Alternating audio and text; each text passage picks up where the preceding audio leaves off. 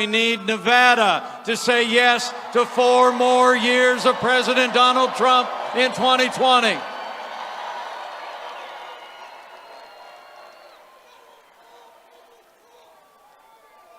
And what a month it's been. What a month it's been. I mean, record Republican turnout in Iowa. A historic State of the Union address. And while Democrats were still counting votes in Iowa, President Trump received more votes in New Hampshire than any incumbent president in 50 years. It's true. And best of all, after 3 years of endless investigations and a partisan impeachment, the United States Senate cleared our president on all charges. Justice was served, our Constitution defended, and President Donald Trump was acquitted forever.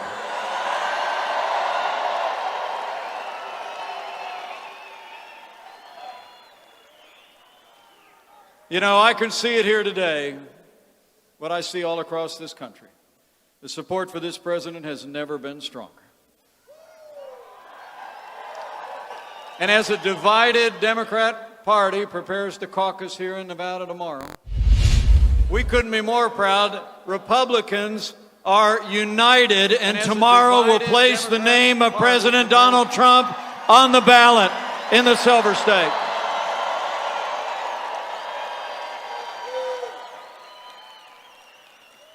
And it's because this president has delivered on every promise he made to the people of Nevada, and then some.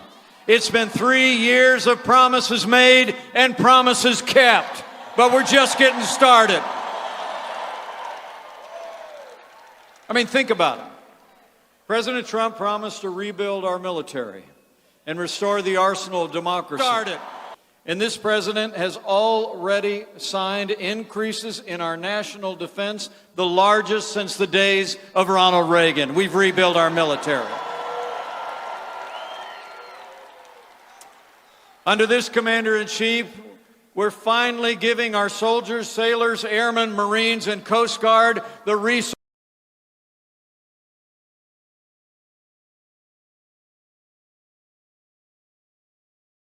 airmen, Marines, and Coast Guard the resources and the support they need to accomplish their mission and defend this nation.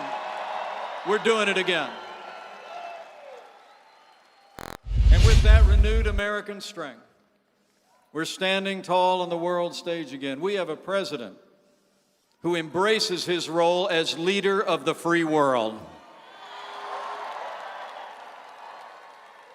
Under President Trump's leadership, our allies are contributing more to our common defense than ever before. And if the world knows nothing else, the world knows this. Under this president, America stands with Israel.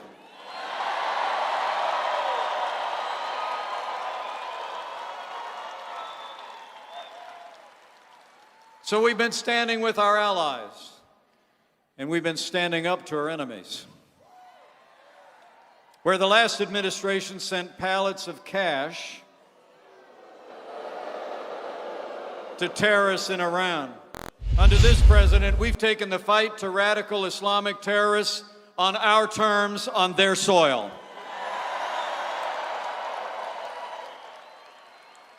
Last year, American forces captured the last inch of territory under the ISIS caliphate and took down their leader without one American casualty. Last month, when militants stormed our embassy in Baghdad on New Year's Eve, President Trump sent in the Marines and said, "No more Benghazis."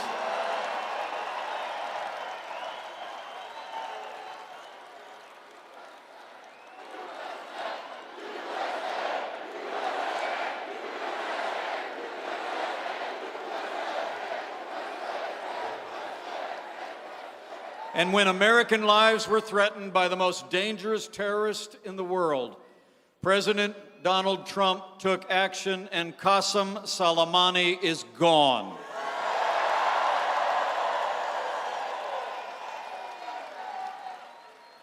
Now, the people of Nevada deserve to know that every one of the Democrats running for president has criticized President Trump's decision to take out Soleimani. Every one of them.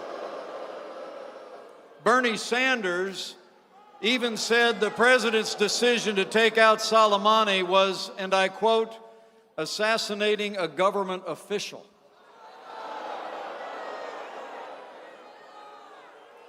Well, I got news for Bernie Sanders. Soleimani was not some government official.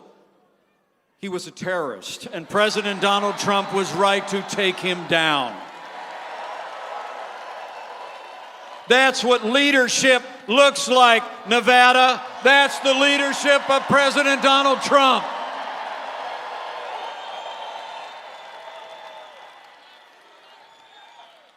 And here in a state that was battle-born, home to more than 200,000 veterans, I couldn't be more proud that under this president's leadership, we're finally giving our veterans access to the real-time, world-class health care that you earned in the uniform of the United States. Veterans' Choice is now available for every veteran. So it's been about national security and supporting our veterans. But this president also knows that national security starts with border security.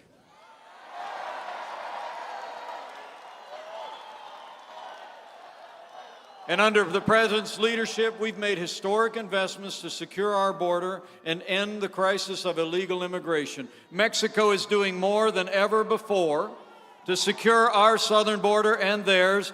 Apprehensions are down by 75%, and we've already started to build that wall on the southern border of the United States. God, our Father.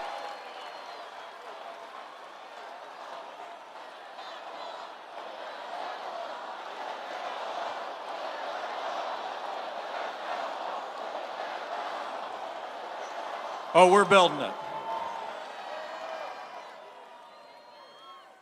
And in support of law and order, we have a president who will always stand with the men and women who serve on the thin blue line of law enforcement every day.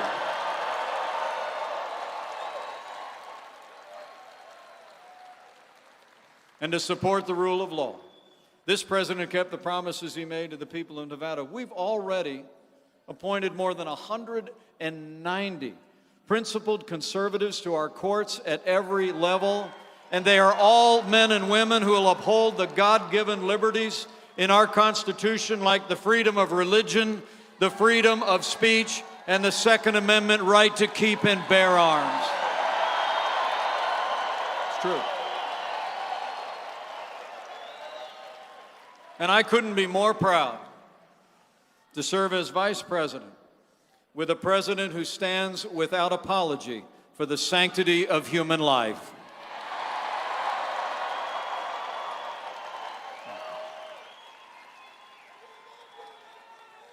Did you know the leading Democrats running for president have actually said that there's no room for pro-life Americans in today's Democratic Party?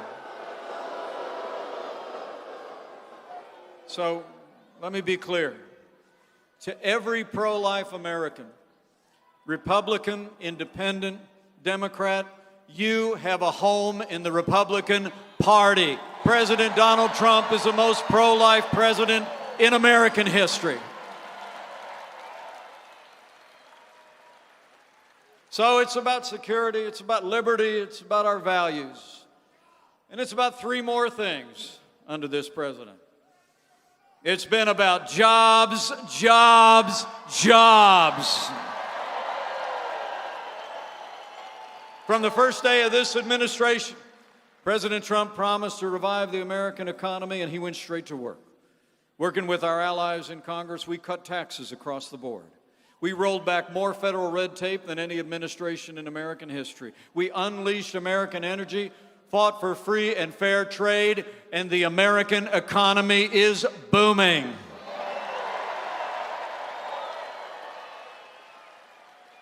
Since Election Day 2016, more than 7 million new jobs have been created, including more than 125,000 jobs right here in the Silver State. That's real results. And wages are rising. Wages are rising at the fastest pace they've risen in more than 10 years. And the best news to the President and me is that wages are rising most rapidly for hardworking, blue-collar Americans. The forgotten men and women of America are forgotten no more. It's true. I mean, frankly, thanks to the President's leadership and your strong support, in 3 short years, we've made America great again.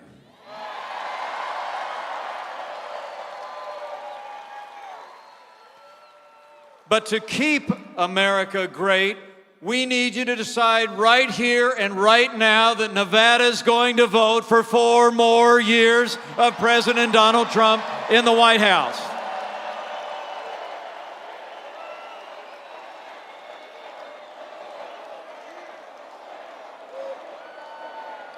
I mean, think about it. 4 more years means more jobs. 4 more years means more judges. 4 more years means more support for our troops. And it's going to take at least 4 more years to drain that swamp.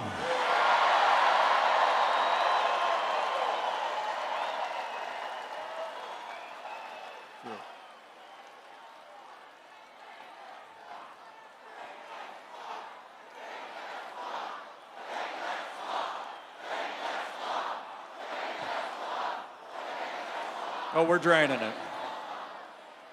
You know, the choice in this election couldn't be clearer. And frankly, the stakes couldn't be higher. Today we have a president, I can tell you firsthand, who loves this country, who stands by our military, by our workers and our freedoms every single day. He believes in you and in everything that's always made America great. And he fights for you every single day. I see it. And then you got all these Democrats running for president.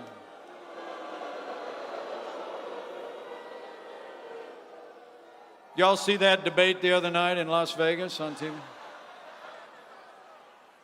That wasn't a Democratic debate, that was a demolition derby. What a train wreck. I mean, you got the very night the president is speaking to thousands of Americans in Phoenix about our agenda that's made America stronger and more prosperous and more secure than ever before. People across this country were treated to a Democrat free-for-all. You know, the media is trying to tell us that the Democrat Party is trying to choose between a socialist and some moderates. But I don't know about you, I didn't see any moderates on that stage. I mean, those people were standing so far on the left, I thought that stage was going to tip over.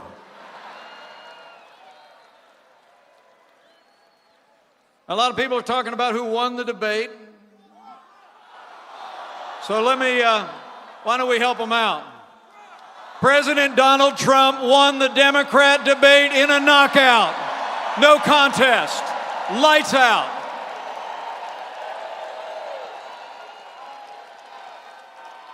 It's true.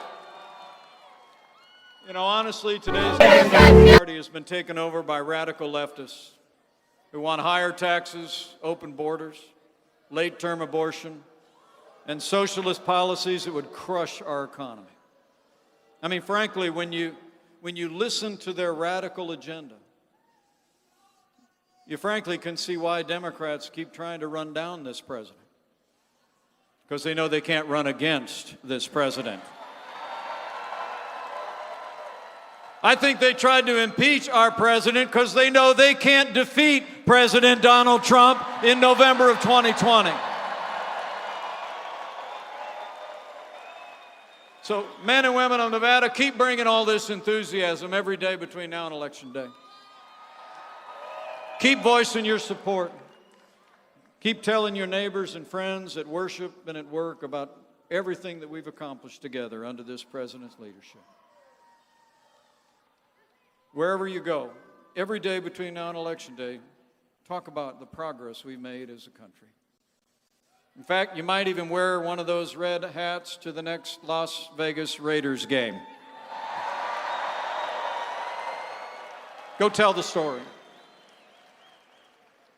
As I leave here today, I want you to know, we know, men and women, we know we live in challenging times.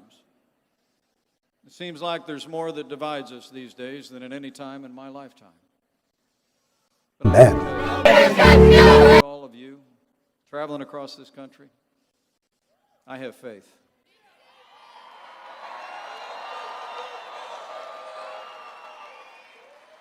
I have faith in this president who I serve with every day, whose drive and vision have made America great again and can make America greater than ever before.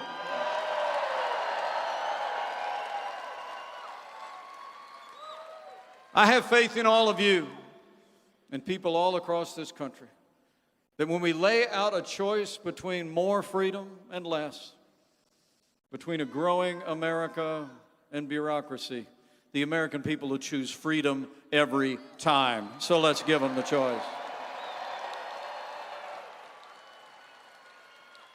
And finally, I have faith that if we as a nation continue to turn our hearts to the one who has graced this nation from our founding, from sea to shining sea, he will bless this country more than we could ask or imagine. This one nation, under God, indivisible, with liberty and justice for all. So have faith, America.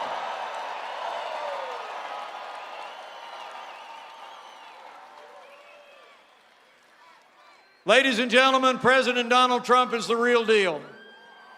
He's a man who says what he means and means what he says.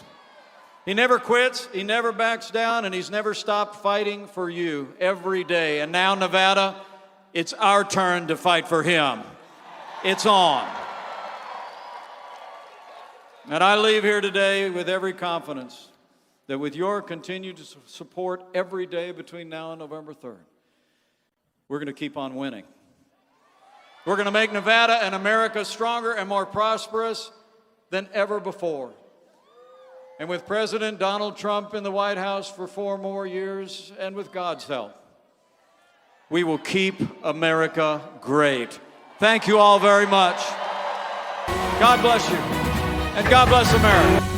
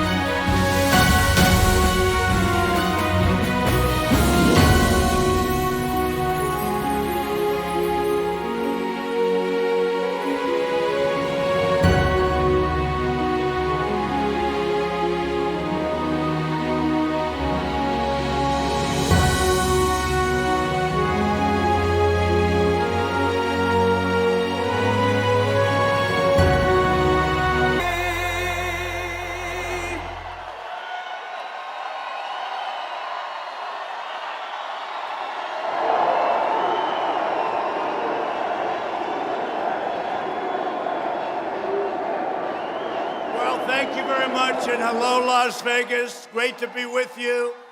They have a big election tomorrow. We've already won the state. We've already won.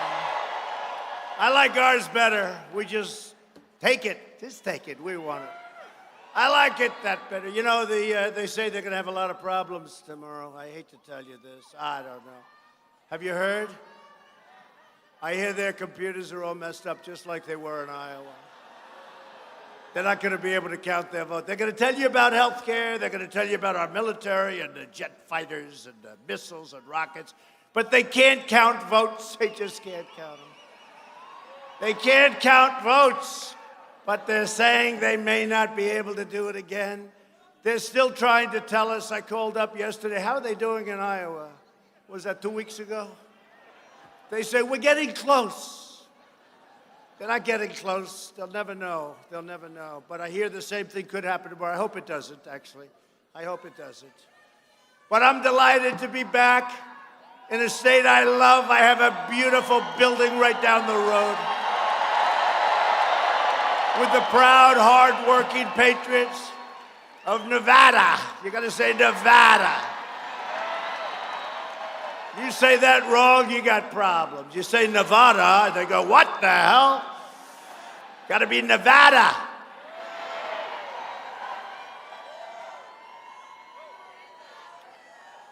With your help this November, we're going to defeat the radical socialist Democrats, and we are going to win Nevada in a big, beautiful landslide. Now, we have some special people here. You know the special people are? All of you. That's who the special. But we have some very special people, and we celebrate one of the greatest moments in the history of sports. Some people say it was the single greatest moment in the history of sports. It was called the Miracle on Ice. Do you remember that? That was when the Russians had a team assembled that was probably, they say, maybe the greatest team ever assembled. They were unbelievable. And, you know, our guys played a practice game with them. Was it like a couple of weeks before? And I hate to tell you, the score was 10-3, and the USA was not on top. And this team was an incredible team, and they went in, and it was amazing. But tomorrow marks the 40 years since the United States men's hockey team defeated then Soviet Union team in the 1980 Olympics. Incredible. That was incredible. Most of you remember that. I'm looking at, we got a lot of young ones, but we got a lot of people that remember that. A lot of people.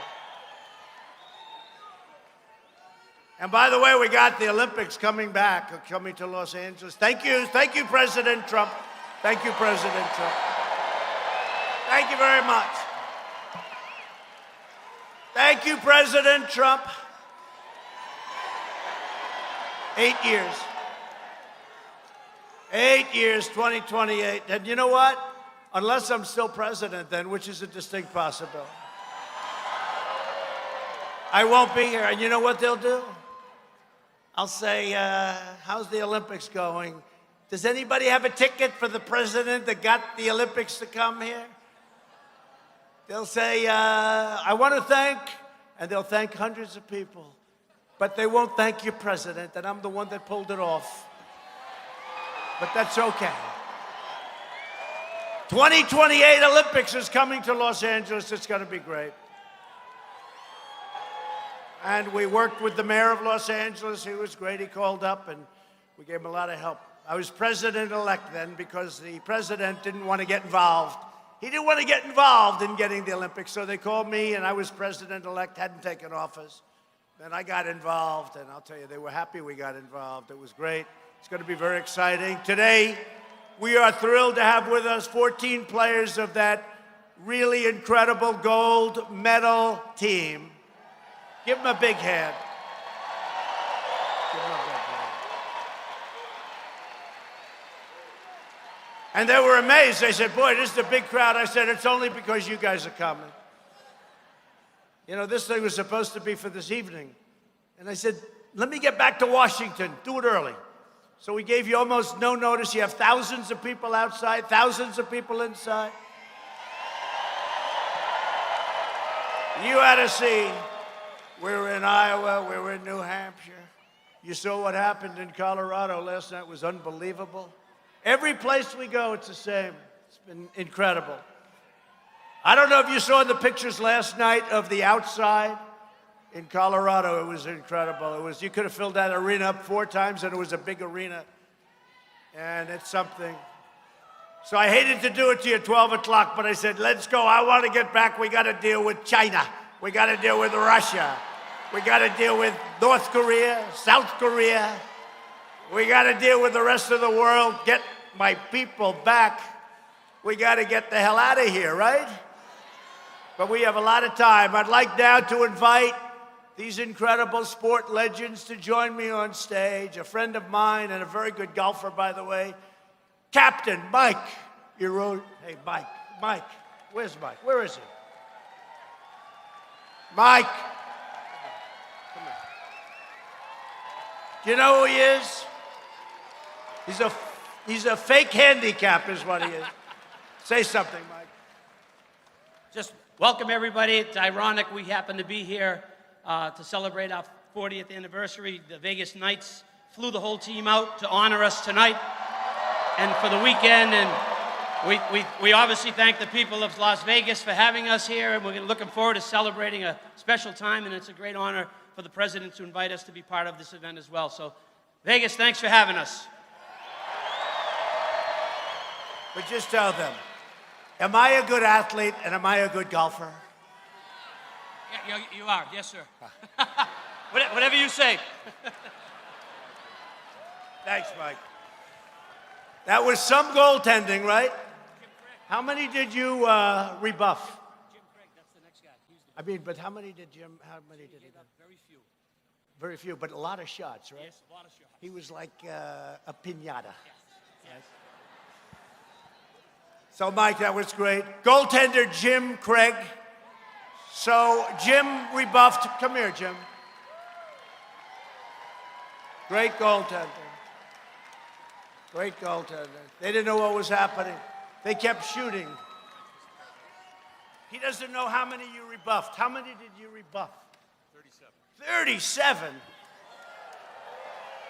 Wow. So let me ask you, was that as goaltender, because that was incredible, was that the greatest game you ever played? You've had a lot of great games, but was that the greatest game you've ever played? It was an important game. That was slightly important. Yes. Thanks. 37. 37! Bill Baker. Bill, come up. Bill Baker. Dave Christian. Ken Morrow. Jack O'Callahan. Mike Ramsey.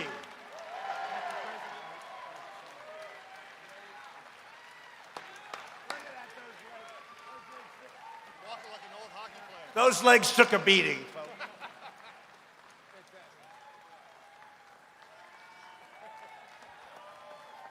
Mark Wells, Neil Broughton, John Harrington, Rob McClanahan, Buzz Schneider, Dave Silk, Phil Vercotta, and a great coach and assistant coach at the time, Craig Patrick.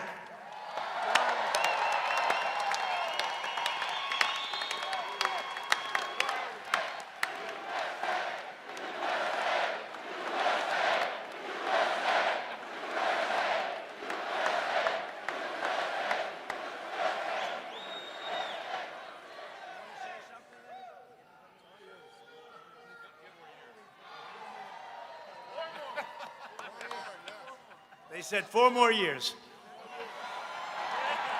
12 more years left for them. Look at that. Look at the press. Look, hey, Mike, look at the fake news back there. It's a lot. I always say, that's like the Academy Awards used to be. This year we had a movie. They said, best movie. They announced a movie from South Korea. I said, what's that all about? The movie was made in South Korea. Look, I get along great with South Korea, but you know, I never saw that one before. They used to call it best foreign movie, but now we do it that way. I don't get it, but that's what it used to be. And this is really an incredible time. I'll tell you what, for our country, that's why I like to see things that we do get honored, because nobody is doing what we do. Nobody can do it like us. We're the greatest country in the world again. We have the greatest people. We have the greatest military by far. We've totally rebuilt our military. Jobs are booming. Incomes are surging. Poverty is plummeting. Factories are returning. Confidence is soaring like these guys. The confidence is soaring. But, you know, we do have somebody that I'd like to point out, because this team is, they had a coach. And that coach was a very inspirational coach. Would you say, Mike? And I'd like to have maybe one of you come up and just say a few words about Coach Brooks, because he was he was really a big heart on this team. Please. Who'd like to say? I think it would be appropriate, if you got a few minutes, that Herb Brooks' daughter, Kelly, is here representing her father.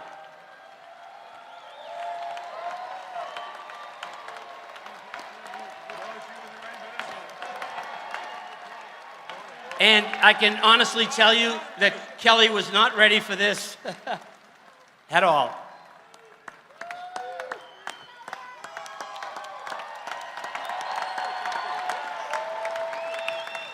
You got it? Her dad was an amazing coach. He was a great teacher. He was a great motivator, at times maybe too much of a motivator. He was very demanding. He was very difficult to play for, but trust me on one thing, there never once was a day that we didn't respect the man, and never once was a day that we didn't trust him and what he was trying to do. He orchestrated the greatest sports moment of the 20th century, and the guys behind me were so proud and honored to have been a part of him and what he was able to put together. It was a perfect environment, a perfect storm sometimes. Not only a great coach, but great players and great people that stand behind me now. So if Kelly would like to say a couple of words, no, she won't.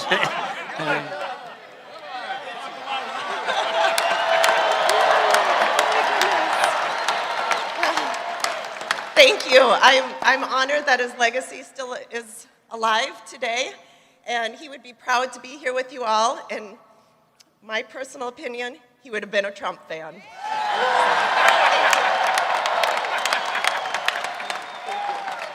So tell me one thing. So I see those tears. That means you think you miss him and you love him, right? Was he actually a nice guy? Because he looked tough. Mike was just saying he was brutal. But he was a good guy, right? Tough, but great. Thank you very much. Thanks, Kelly. Thank you all. Greatest sports story could be number one.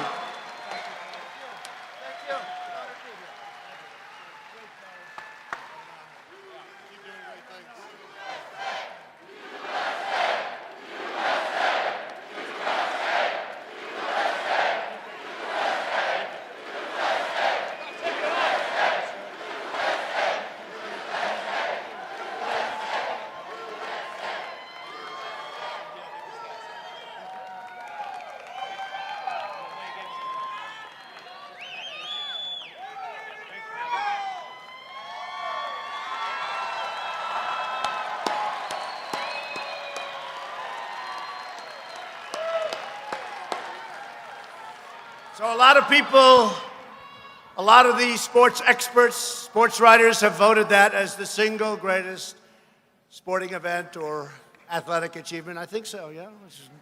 They put it number one, certainly top five in the history of our country. We have a lot of things that we've done to break records. We're going to go over them, but we've broken a lot of records now. But I want to thank that great team for being with us, very inspirational. This is a big day, the anniversary. Thank you, fellas. Thank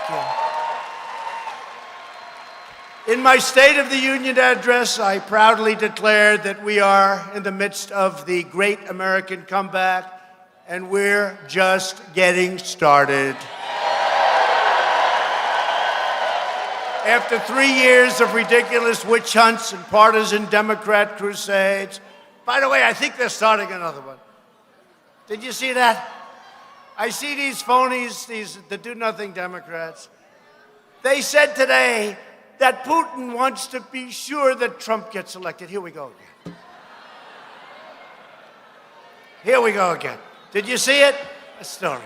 Aren't people bored? Now, does that include, because a couple of weeks ago, Crooked Hillary said Chelsea Gabbard, right? Tulsi Gabbard, and, right? She was a Russian agent, Tulsi. And also Stein, from Jill Stein. I don't know Jill Stein. I never met the woman. She is a Green Party candidate, or was. They said she's an agent of Russia. I don't know her, and I don't know Tulsi. The only thing I know about both of them is they're not agent. They are not agents of Russia. These people are sick. That's pencil neck. Pencil neck again. Little pencil. No, I just see it again. I was told that was happening. I was told a week ago. They said, you know, they're trying to start a rumor. It's disinformation. That's the only thing they're good at. They're not good at anything else. They get nothing done. Do nothing, Democrats. That Putin wants to make sure I get elected. Listen to this. So, doesn't he want to see who the Democrat's going to be? Wouldn't he rather have, let's say, Bernie? Wouldn't he rather have Bernie, who honeymooned in Moscow? Wouldn't that be? Wouldn't that be? These people are crazy. That's all they think about. They don't think about the country. They don't think about jobs. They don't think about lowering your drug costs, infrastructure. These people are crazy. Trust me, I like what we're doing, and I love this country. I love this country. Now, and I campaigned on it. At the same time, we want to get along with Russia. We want to get along with China. We want to get along with all these countries. Who the hell needs to have conflict? But these people are sick. They are sick people. The radical left's attempts to poison our democracy and overturn the last election have totally ended in a big fat failure. And by the way, you saw it today? Single best day I've ever had in the polls.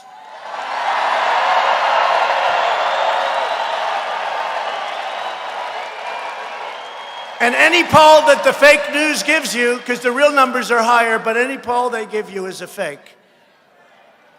But Wisconsin, the great state of Wisconsin, I was leading by many, many, many points against every one of these characters.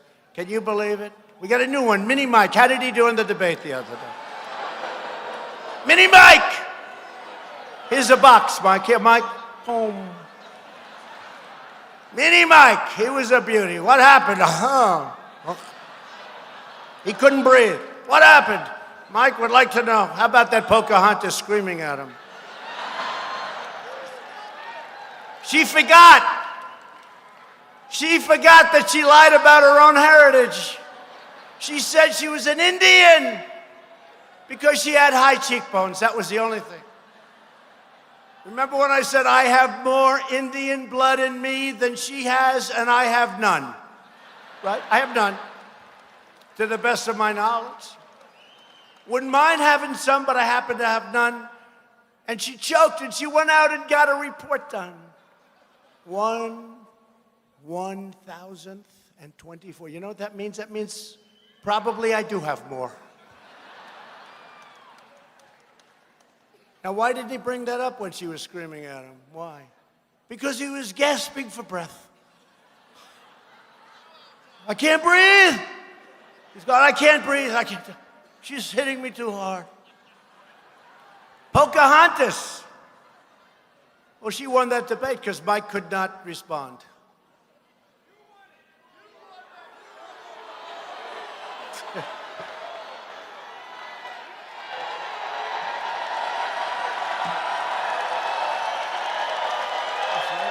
That's what they all said.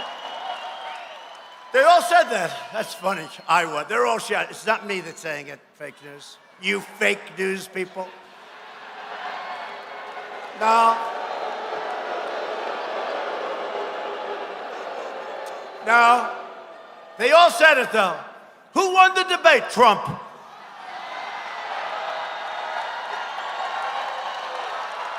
You know what? The way I look at it, when fake news CNN, oops, there goes the camera off. Red light just went off. See, I can tell every one of them. I know them by heart. I know the operators. I know the cameramen. They're okay. They're all on our side, by the way. They're screamed at, get that camera off. I don't want to do that. Get that camera off. It's going to be a job. All right, I'm sorry, President Dick. But how about MSDNC? They're worse than CNN. And they're owned by people that really are bad. I think they're very bad for our country. The owners of Comcast, rotten company, bad for our country, very bad. They try, you know, they have all these PR things to try and keep their image nice and clean. What they do on television is so disgusting. I think in the old days you had to have licenses for this stuff, right? They can say whatever they want to say. Let's see what happens over the next period of time. Bunch of dishonest people. Comcast, terrible company, terrible people running that company. And you know what? I had Celebrity Apprentice. I had The Apprentice on for 14 seasons. 14 seasons. And they used to come to my office and they would kiss my ass. Please sign. Please sign. Please. Please sign. You know, it's an interesting story. They came and we signed. You know who signed me? Jeff Zucker. It's one of the only things he's done good in broadcasting.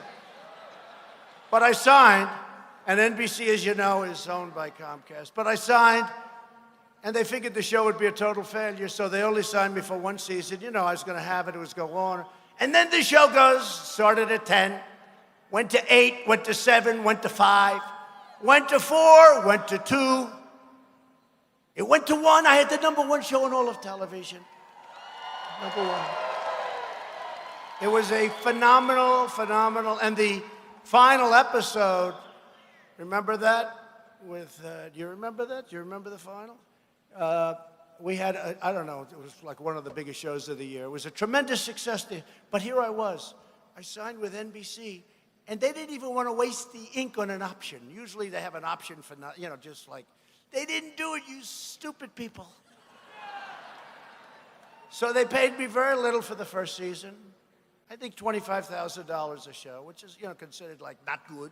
That's okay, it was fun. I didn't know it was going to be successful, you know. Hey, just like this was successful. It's a reason. Because when I left, and Arnold Schwarzenegger, and I like Arnold said some very nice things the other day, so I'm not, but the show did not exactly succeed when I left. But I had it on, and they wanted me to sign for more, and I said, no, I'm going to run for president. But I'll never forget, I didn't know anything about this, right, the business, and I had an agent, wonderful guy from William Morris. And he said, sir, I don't want you to sign. No business show has ever done well on network television. Well, it's not business, it's entertainment, it's a lot of... Sir, I don't want you to sign. Sir, don't sign. I said, yeah, okay, but I have a problem. I shook the hand of somebody. I have to. And Mark Burnett was great, he was my guy. But we shook hands, so I have to. But I agreed, you know, I didn't know that no business type show had ever succeeded on a network television. So he said, I don't want you to sign, sir, break it. I said, I can't break it. Anyway, so the show, I said, started at 10, went to 9, it was the #1 show all of a sudden. And the agent called me up. And he said, sir, I remember it was 6 in the morning, I was in bed. He said, sir, the show just went to #1. I'd love to see you because I think I'm entitled to more money. I said, you didn't want me to do the show. Well, not really. I mean, I was okay. He said, I'd really like more money. I said, Jim, I like you very much. Jim, you're fired. Get out. Anyway, I had 14 great seasons.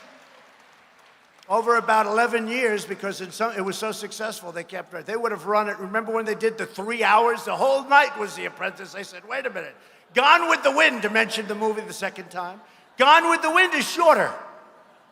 They had The Apprentice on for 3 hours. I said, even I can't, it's too long. You can't put it on for 3. You got to leave them a little bit like, I want to come back next week. But they had it on for 3 weeks. We did fantastically with it. Comcast did great. NBC did great. They wanted me to sign for another 3 years. I said, no, I'm going to run for president. And that was actually the time when I knew I was going to run, because, you know, they were paying a lot of money, and whether you're rich or not, it's still a lot of money. I don't care how rich you are, it's a lot. It's millions and millions of dollars. And I said, no, I'm going to run for president. And I did that. But from the day I ran, they went from being, you know, wonderful. They were nice. They were, you know, they were nice. I guess if I didn't do well with the show, they wouldn't have been nice, because they weren't nice to other people that failed. You know, people that didn't have good ratings. That business is a very simple business. If you have good ratings, you can treat them like garbage. If you have bad ratings, you can say, sir, I really respect you so much. Get out of here. Get them out of my yard. They're very ruthless people. But Comcast is a rotten company. They forgot totally. And they are worse than CNN. I will tell you that right now. Comcast is worse than CNN. We should call it Comcast, because that's their beautiful maiden name, Comcast. They're worse than CNN. I'll tell you something about CNN. Jake Tapper today, he put out, now I know you don't like him. I know. Who likes him? Who the hell can like him? I think his wife likes him, actually. I really believe she does. But let me just tell you, he put out a couple of social media posts today, because I never call it tweet, I call it social media, because it's much bigger than tweet. What we have, Dan Scavino, the great Dan Scavino, we have on 5 sites. We're number 1 on Twitter, we're number 1 on Facebook, in the whole world, So it's powerful. But Jake Tapper put out some things basically saying, I believe it, that's the way I read it, that the new Russian thing that started yesterday, that Putin wants to be sure that Trump wins. Give me a break. Give me a break. But Jake Tapper said, it ain't so. And if he did say that, because they were a little complex, you know, they can turn him around, or when Zucker sees him and said, why did you put that? I want that deleted, and I want you to do a different one. But he did say that, so I respect that, because it's another hoax story. But we're standing up for the defense of our Constitution, for our freedom, and democracy itself. You know that. Okay? That's what we're doing.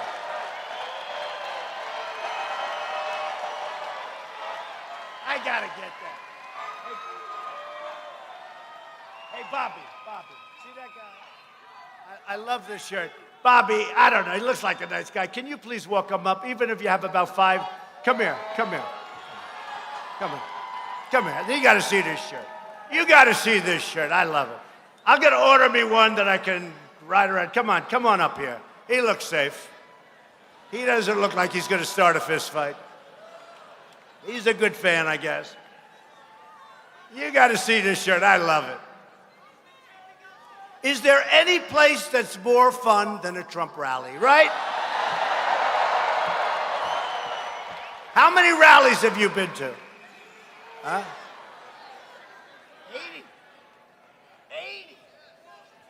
80. He said 80 rallies. Come up here. Come on. Look at these 2 guys. These guys are serious. These are serious fans, right? Are you with him? Are you with him? Are you with him? You're with him. Come on, come up here. Man. Hello again, sir.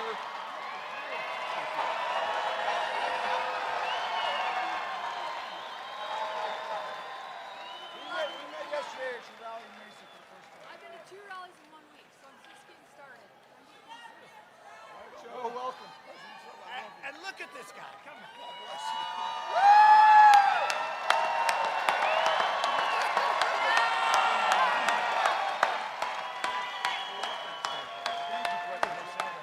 Thank you for saving America. Thank you, fellas. You saved us. You saved us. Thank you. Thank you, President Trump, for saving America. Sure what, sir. Democrats for saving America. God bless you.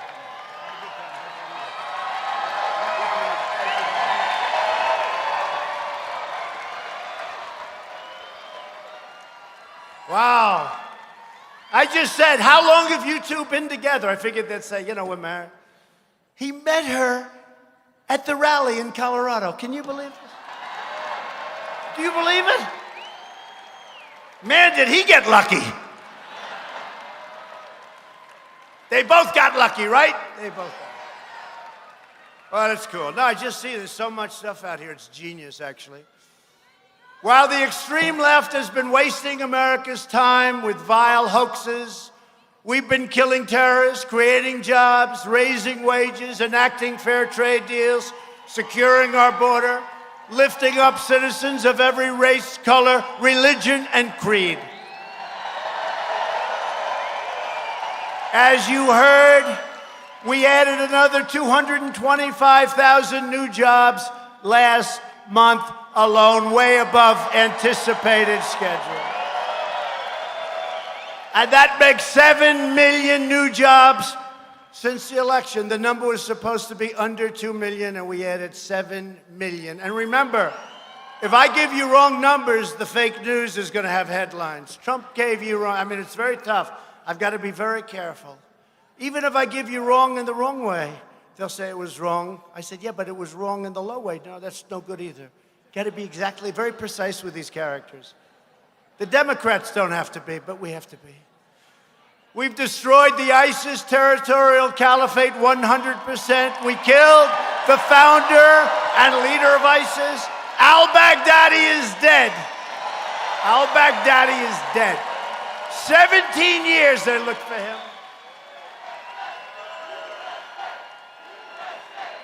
17 years.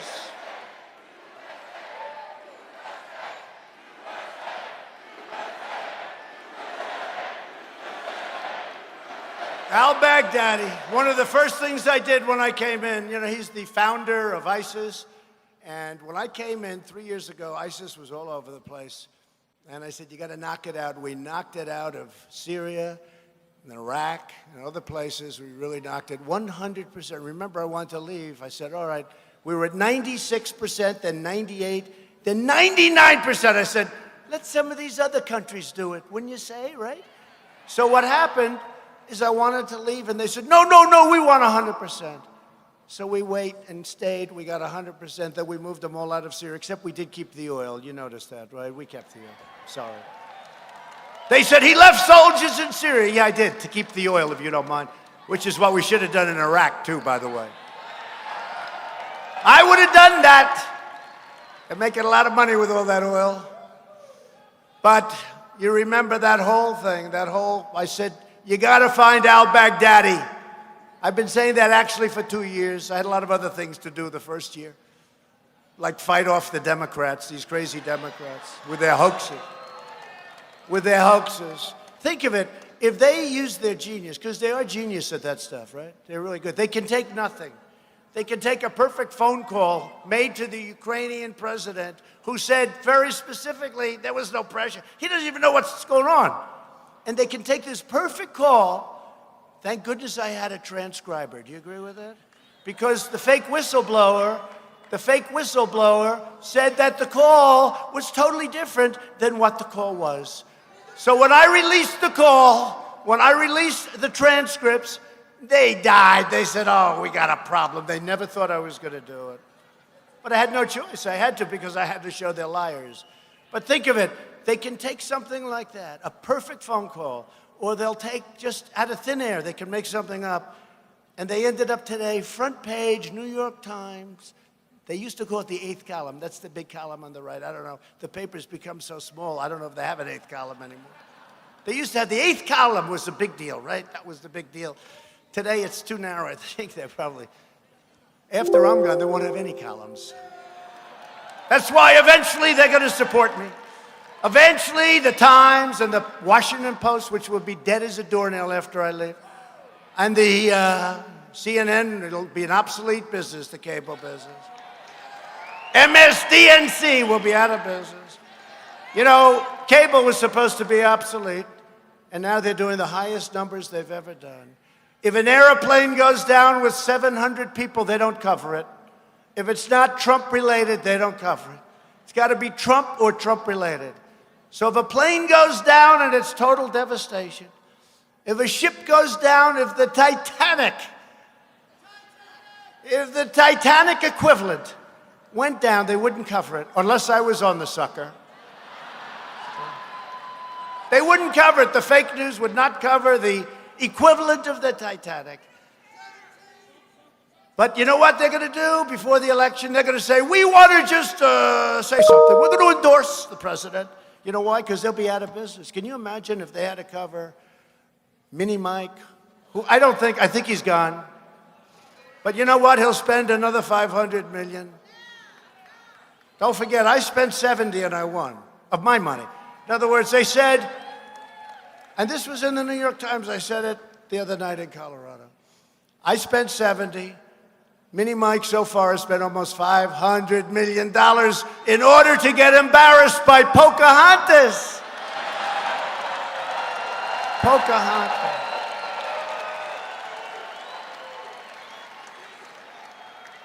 And she's mean, isn't she? Do you see the anger on her face? That nervous energy? She's like jumping up and down. She's a mess. But no, she's mean, right? Right? See, that face is just, she wanted to get him. She said, I got him. I want to see those agreements. You open up those agreements. This poor guy probably signed 100 of them. And each one's a disaster. He said, I don't want to open those agreements. Nobody told me this was going to happen. He said, nobody told me. Get me out of here. You know, after the debate, he went backstage, fired a lot of people. He said, how the hell did you get me into this thing? But anyway, Pocahontas was really mean. But she's going to be easy. I hope it's her. It's not going to be her. She made a little comeback the other night because she took Mini Mike to the cleaners. But it's not going to be her. It can't be Buttigieg. Can't be, I don't think. Alfred E. Newman. Ladies and gentlemen, introducing President Alfred E. Newman. But see, nobody knows because you're all too young. Nobody knows who Alfred is. It's Mad Magazine. They all said, no, howdy doody. See, nobody knows who Alfred E. Newman is. Only the real aficionados, they're the ones and they love it. But that's only 15% of the crowd, right?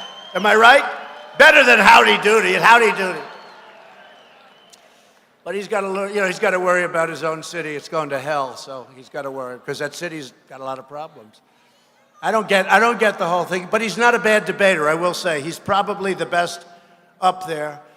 Bernie is too emotional. He's screaming, going crazy. And Biden is angry. Biden is angry. Everything's anger. Gee. And that's what happens when you can't get the words out. No, it does. That's what happens, right? When you can't get the words out, you get angry. You get angry because you can't get the words out. It might happen to me someday. Can you imagine if that happened to me? Man, would I be a bad guy? I'd be the meanest man in history. No, but Biden is very angry. He gets angrier and angrier and angrier. He's changed. And then you have that time, he said Tom Steyer. Tom said, Mr. Impeachment, how did that work out, Tom?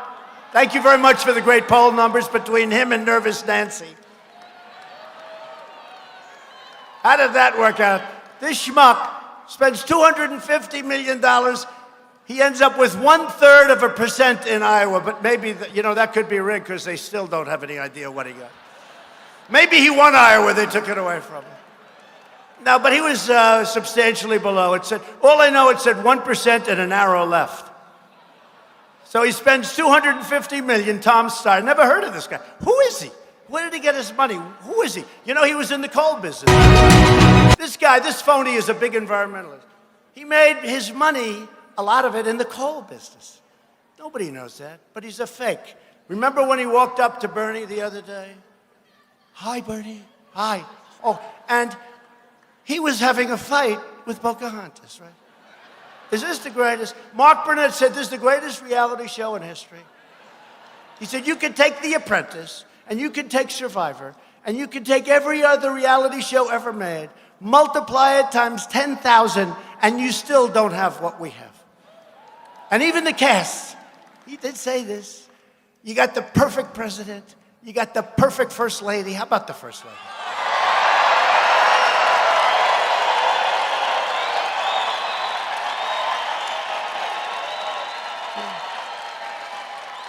You got the perfect kids. The kids, though, those beautiful kids. My beautiful kids, they had such a great life before I did this. Sorry, kids. Sorry.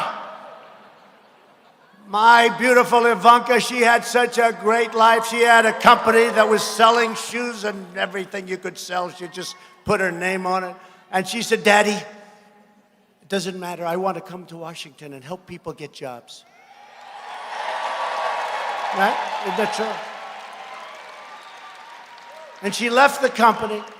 And you know, when you leave a company, all of a sudden it doesn't do as well. I wouldn't say that I exactly helped talking about the wall or other things. But she left the company, came to Washington, and she said 500,000 jobs. That was her goal. And she did that in the first month. She actually did. She's gotten these great companies like Walmart and many others, Exxon. She's gotten them to take millions of people. She's now over 15 million jobs where they train people and bring them into the companies. It's incredible. 15 million! And she's smart. You know, she's got it figured out, but not most people can, but she does. But all they do is give them heat. They work so hard. And could you imagine, you take Biden's son. Can you imagine?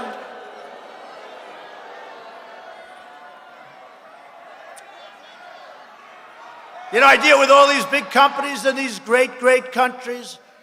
I think I could get my sons 25 board chips for millions of dollars apiece. My kids would be bad. But you know what? We don't do any of that stuff. We don't do that stuff. We don't do it. The kid got $3 million, $83,000 a month, and he didn't have a job until his father became vice president. And speaking of vice presidents, okay? And speaking also of reality television, because it's the greatest show of all time, right? Look at this guy. Look, we told you what, last night? A little change, folks. We're going to move it up from 8 o'clock in the evening till 12 o'clock in the afternoon. Little change, just a minor change. Because I have to get back to Washington and work. I feel guilty. This is too much fun. But speaking of vice presidents, and speaking of perfect vice presidents, you know, if you become president, the first thing you have to do is choose a really horrible, horrible vice president. So if the idiots ever want to impeach you, they have to say, I can't impeach him. Look who we have. I have the perfect vice president. I have the greatest in the world. I have the greatest vice president. I don't know.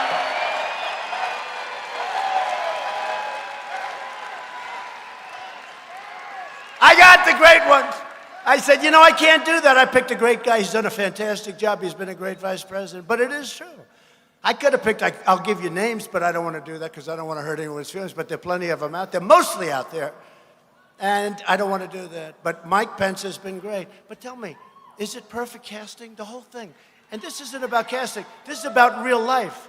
But when Mark Burnett said to me the other day, he said, the greatest reality show of all times, times a million.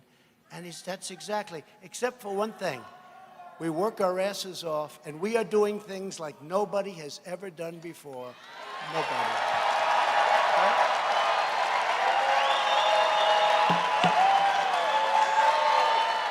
Right?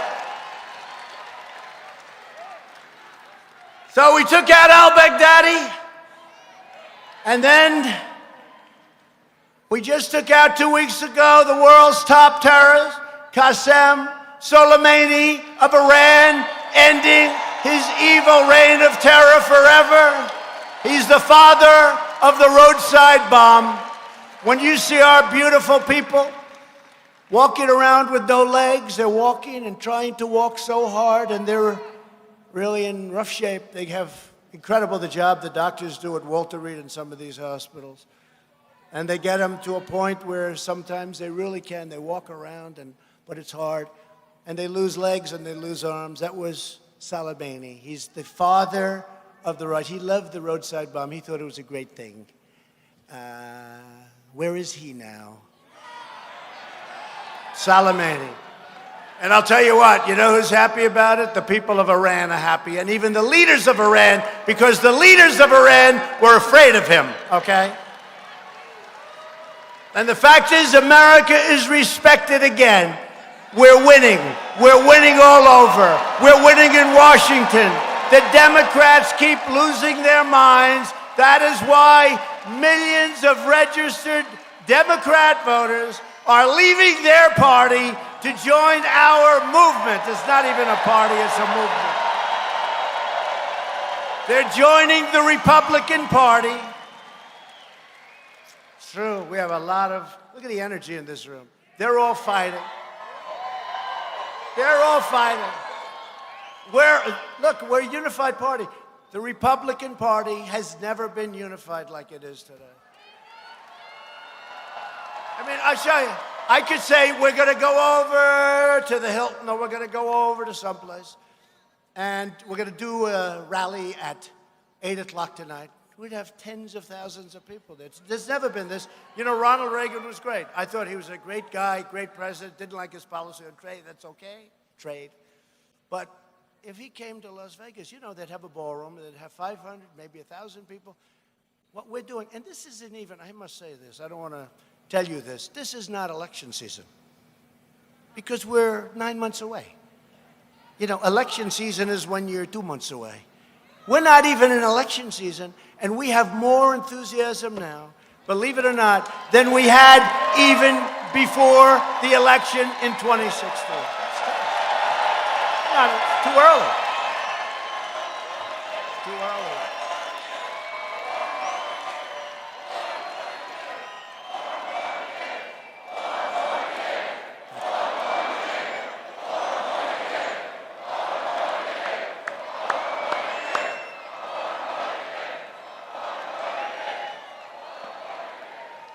It's true. We have a great gentleman and woman with us, a friend of mine, Mr. and Mrs. Sheldon Adelson, right over here.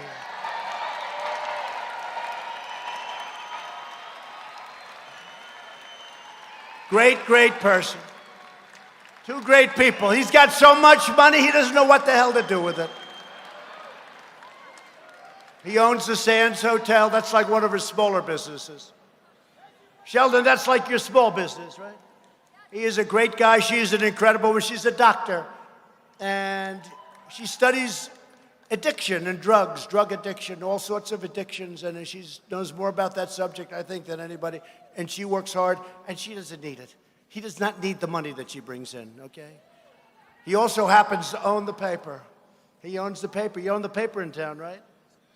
They wanted like a couple of $100 million too much. He said, give it to them. It's peanuts. What the hell difference does it make? But we want to thank the Adelsons. They've been incredible fans, and they love Israel. They love Israel.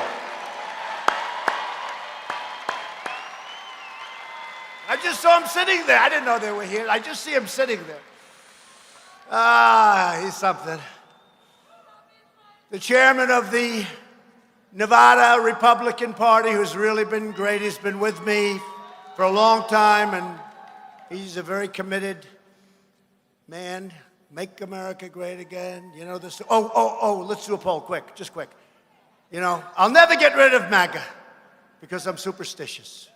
But you know, we just hit an all-time high with the stock market. Our military is rebuilt. You just got the greatest tax cuts in history, the greatest regulation cuts, and all of this stuff. So let me ask you this. So make America great again sort of doesn't work quite as well. So now we have Keep America Great. And we have the new hat. It's higher, stiff. It's like a billboard, right? I call it the billboard. It's a billboard. So let's go. Just that, because I am very surprised by it. We're going to keep them both, but I'm just curious, if we did go to one, make America great again.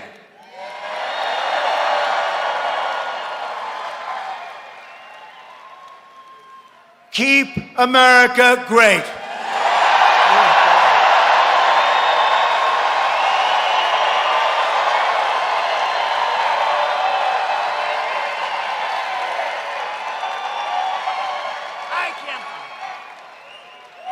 said that's impossible. Make America great again is the greatest phrase. A lot of people, again, fake news, I think, will agree to it. It's the greatest phrase ever used in politics. It's the greatest phrase.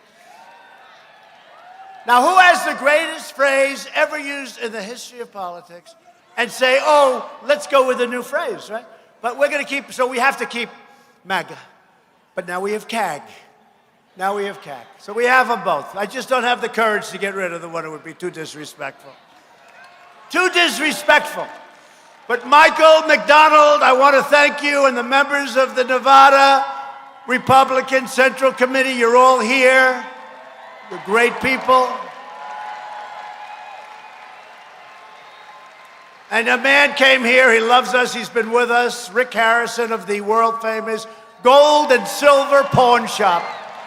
Rick Harrison.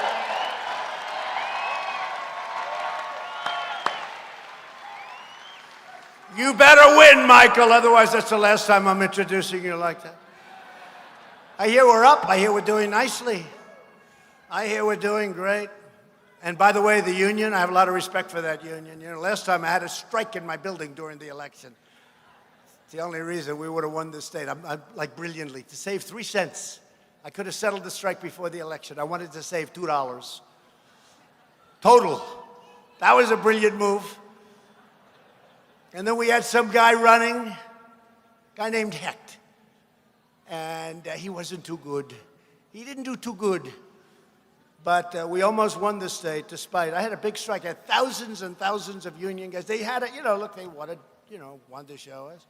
But I think that the unions are really with us. And the unions have been with us, the Teamsters, so many of the unions, because I'm for the working man and woman, whether you're union or non-union. Some states are all union, some states are no union. But we get them all, and I think we're going to have tremendous success. And, you know, a lot of the Democrats are going to ruin the health care programs that these unions have.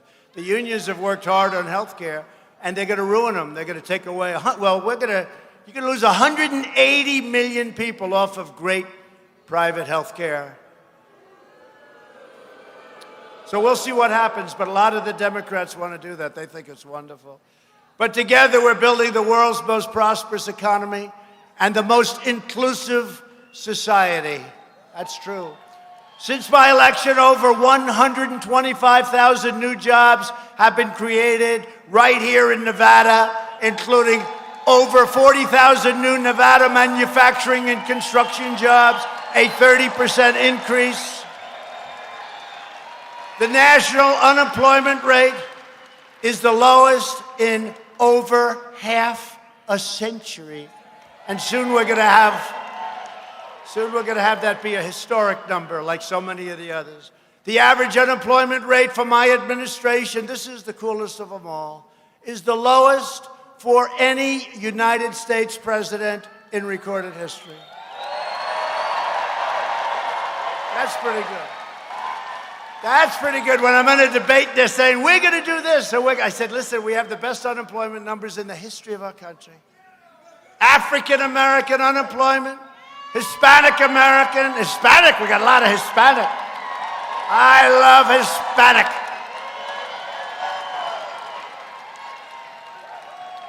Who in this audience is Hispanic? Yeah. We're doing great. Well, we should be doing great. You have the lowest ever recorded, lowest unemployment rates ever recorded. Asian Americans, likewise, the lowest ever recorded. The unemployment rate for women reached the lowest rate in 71 years. African American youth unemployment has reached an all-time historic low. People I love, people I might have helped more than anybody because of choice and accountability. The veterans' unemployment rate dropped to the lowest record employment, lowest in history. The unemployment rate for disabled Americans has reached an all-time historic low. And you got to remember, they're back there checking every word. They're going, oh my God, oh, he's right, he's right, he's right. I can't say it because I got all these maniacs back there. They're trying to fight. You know, he put the comma in the wrong place. He didn't make that word plural. Therefore, he lied. He lied. Now, I got to be very accurate because all these numbers, they check them out. They say check them. They're in there checking out. Check on the African-American unemployment, please. Please tell me it's not historic. These people are among the most dishonest human beings on earth. Not all of them. Not all of them. Workers without a high school diploma. We have millions of people that didn't go through high school. They left. They had problems, good problems, bad problems, families where they don't have the money. They didn't get a high school diploma. They've achieved the lowest unemployment rate ever recorded in the history of the United States.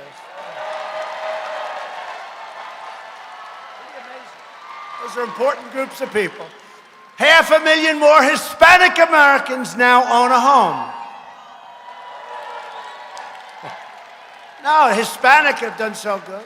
And by the way, you know who understands the border? Because we are building that wall like crazy. You know who understands? Remember, they all said, oh, if you build the wall, you lose the Hispanic vote. I said, I got to do what's right. You know who understands the border better than anybody? You know who understands crime at the border better than anybody? The Hispanics understand it. And they don't want to be working and have people come in, take their job, have people come in where they can't pay for their house, have people come in who are very, very bad people. You have some very bad people. You have murderers and rapists, and we have set all sorts of records at the border. But we're up to 122 miles of wall. And it is true. The people that understand it the best are Hispanic. So thank you. Got to make our country safe. Got to make our country safe. We've lifted 10 million people off of welfare. Median household income is now the highest ever recorded in our country. Think of that. President Bush, I say it all the time. President Bush, 8 years, $450. President Barack Hussein Obama, 8 years, $975. President Donald John Trump,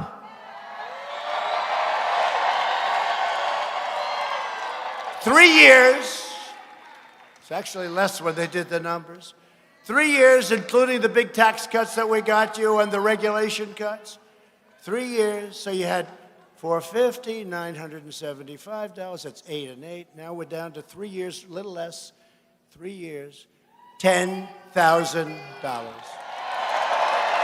per family. A year! $10,000 a year.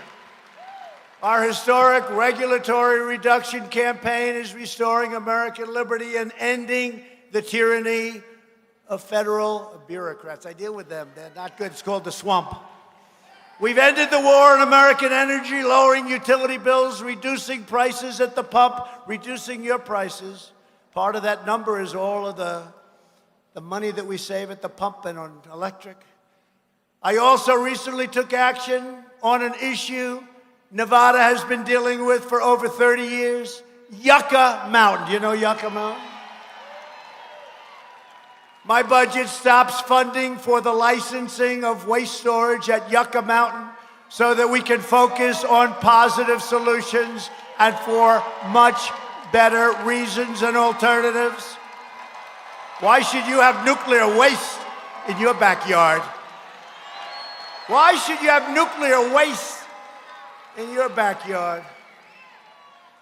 I won't say which countries, but you know what other countries do? I will not say which ones. They put it on a ship, they float it out into the middle of the ocean, they find a nice deep spot, they dump it. That's the end of it. But we would never do that for environmental reasons. We are reversing decades, so Yucca Mountain, you're okay, please, okay? Just relax. You have somebody, Sheldon, do you have somebody at your newspaper back there who can write? Yucca Mountain, please. He'll call up, Yucca Mountain is okay. That's the end of that. That's the end of that. So Yucca Mountain, you're in great shape. Maybe they can finally report it properly. But we're reversing decades of calamitous trade policies. For years, Washington politicians took money from lobbyists, global corporations, and corrupt special interests to ship our jobs and factories and all of this stuff and all of this wealth. They stole our wealth. They shipped it overseas and to other countries. America lost 1 in 4 manufacturing jobs following the twin disasters of NAFTA and China's entrance into the WTO, the World Trade Organization. Probably an even worse deal for us than NAFTA, if that's possible. But under my administration, the great betrayal of America is over. America is no longer for sale.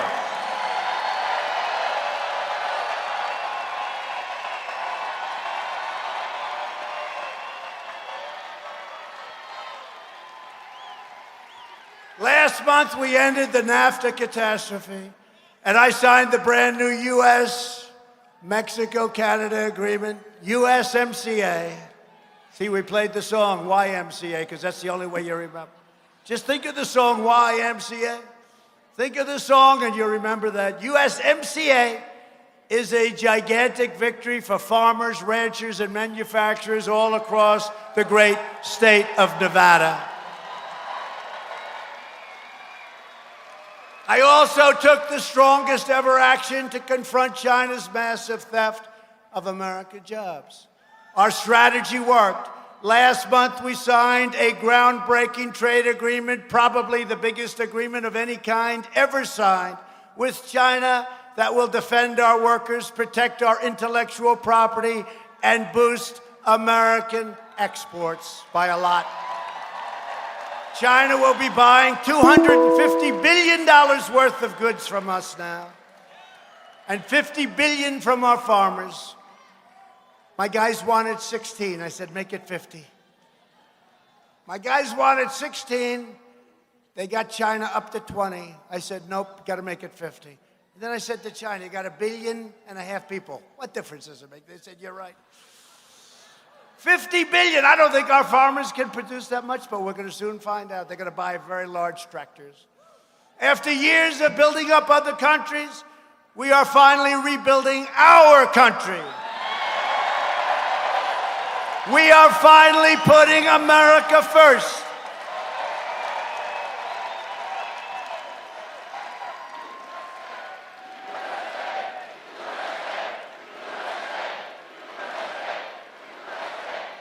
On no issue have Washington Democrats more thoroughly sold out the American people than the issue of immigration.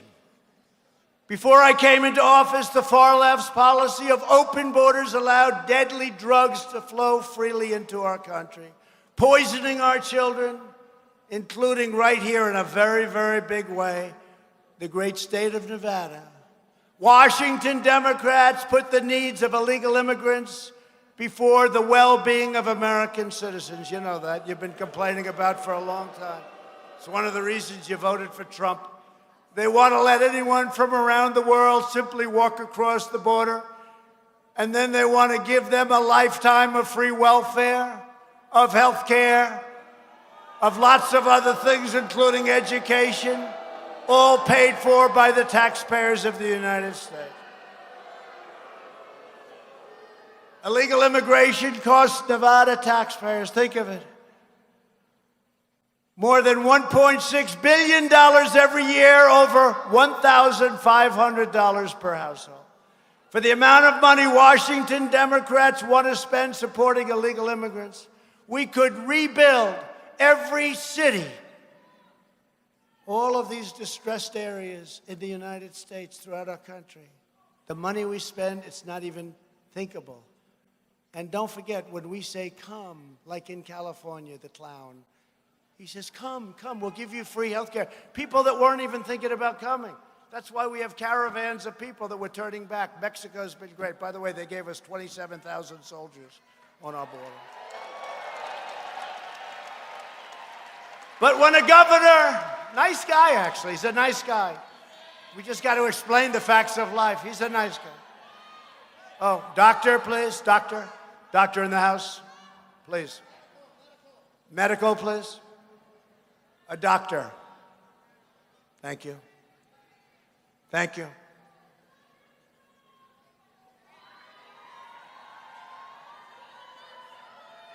Take your time.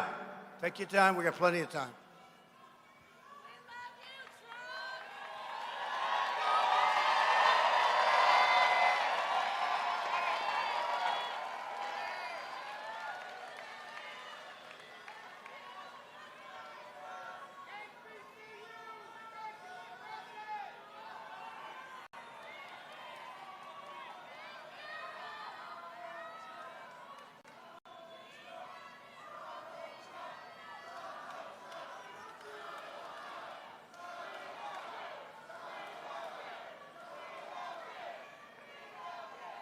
Yeah, take your time, please. You know, a lot of these people have been here for 3 days. It's a lot. Those front row people are tough. They're tough. Huh?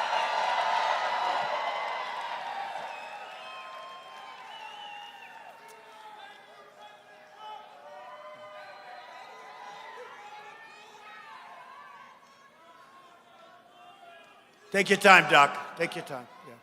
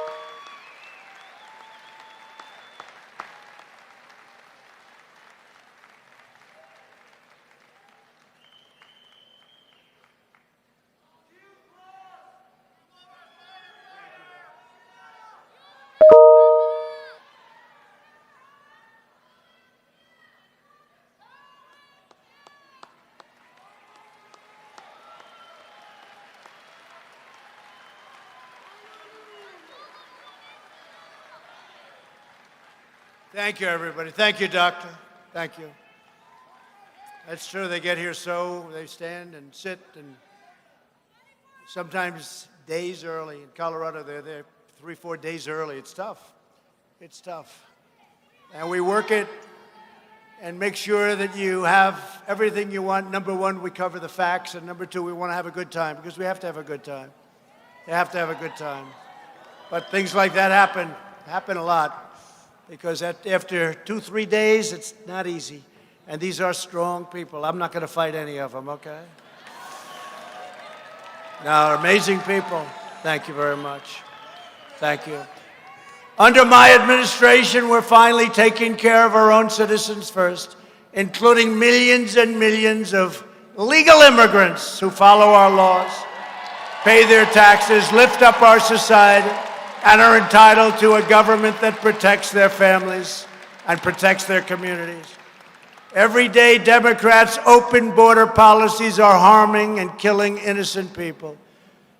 You know what's happening. You know what's going on. In this region alone last year, ICE officers, and they're patriots, they're strong, tough patriots.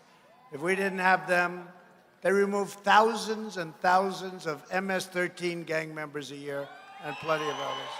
Who else is going to do it? ICE officers arrested over 5,000 criminal aliens, charged or convicted of dangerous offenses, including robbery, rape, and even murder, many murders.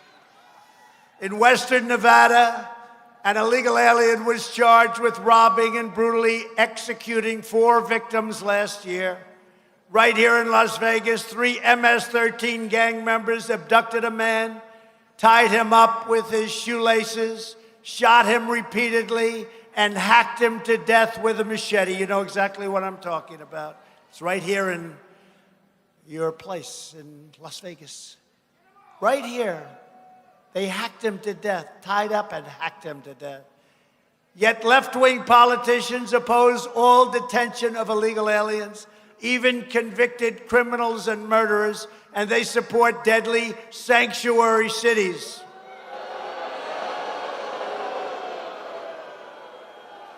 You know, I say this all the time, and how the hell, I mean, where are they coming from? I don't get it, right? Seriously, I don't get it. Sanctuary cities imperil American lives by releasing dangerous criminal aliens directly into your communities. If you want to shut down sanctuary cities, if you want to protect your family and your loved ones, you must vote Republican in 2020.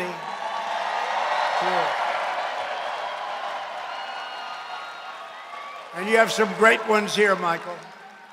Thanks to our tireless efforts to secure the border, we have reduced illegal border crossings 8 straight months in a row. And as the wall gets longer, it gets easier and easier. Remember when the Democrats were saying, you don't need a wall? You know, 2 things that never change, right? All these computers, they said, use drones. Oh, great, we'll fly over with drones. Watch the people pour in by the thousands. That's great. Use drones. You know, before I came along, they all wanted a wall. They just didn't know how to build it. They had no clue. They had no clue. They had no clue. They had the money. They actually gave the money back. But they had no clue. But as soon as I came in and I said, wall, wall, wall, they went against. And I made a terrible, terrible mistake. You know, they always say I never admit mistakes. I do. But I'll admit a mistake now. I should have said, we will never, ever, under any circumstances, build a wall. They would have given me so much money for a wall you have built. They would have forced me to build it. I made a terrible mistake, right? Terrible mistake. So if it ever happens again, which it won't, this wall is one of a kind. We'll say, we will not build the wall. And they'll say, we demand that you build the wall, and it would have been so easy. Illegal crossings are down 75% since last spring, and we have ended catch and release. A horrible problem.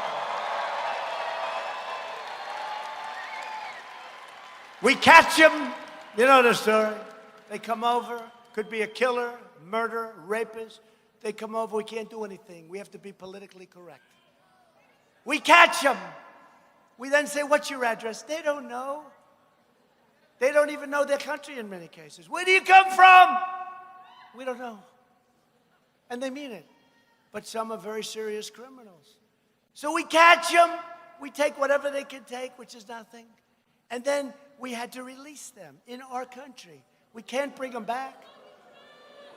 And then we have a system of judges, thousands of judges all over the place. You got to be like Perry Mason. And every illegal that comes in, they have the lawyers, you know, the lawyers meet them, they get fees. They get paid fees. But we're breaking the system. No more catch and release. You think that was easy? And the big thing is that 30-foot, and this wall is built exactly to the specifications of Border Patrol, totally. And Border Patrol has seized the largest amount just recently of deadly narcotics ever recorded, the largest amount. We've deported record numbers of gang members. We've done more to secure the border than any administration in history. We are, as I said, building the wall faster than ever, faster and bigger than anyone thought possible. They can't believe we're getting it done. We'll have over 500 miles of wall built sometime next year. 500 miles. Washington Democrats have never been more extreme than they are right now. 132 congressional Democrats have now signed up for Bernie Sanders' takeover of health care, that would strip 180 million Americans, many of them in this room, of their private coverage. Remember President Obama? Remember?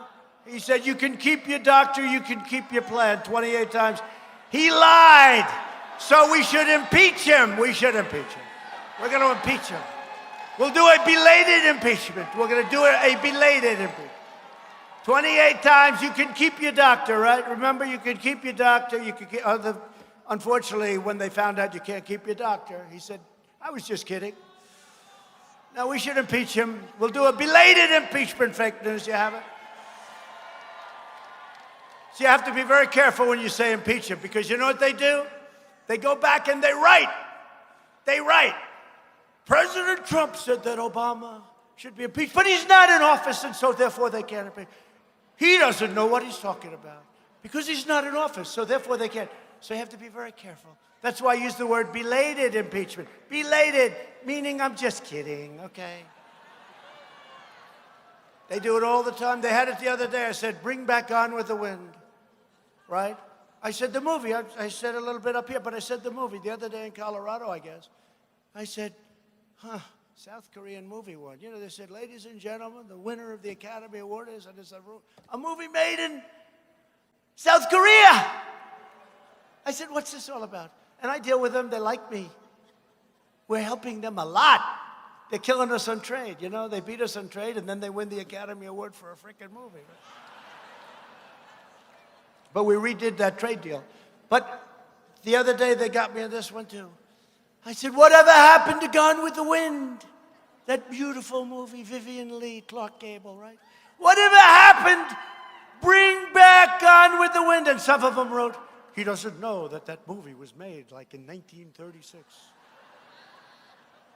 So anybody sitting, he says fake news. It is fake news. They're fakers. But no, anybody sitting there reading, they're saying, man, Trump can't be that smart. You know, he said, bring back Gone with the Wind. That's an old movie, yeah. It's an old classic.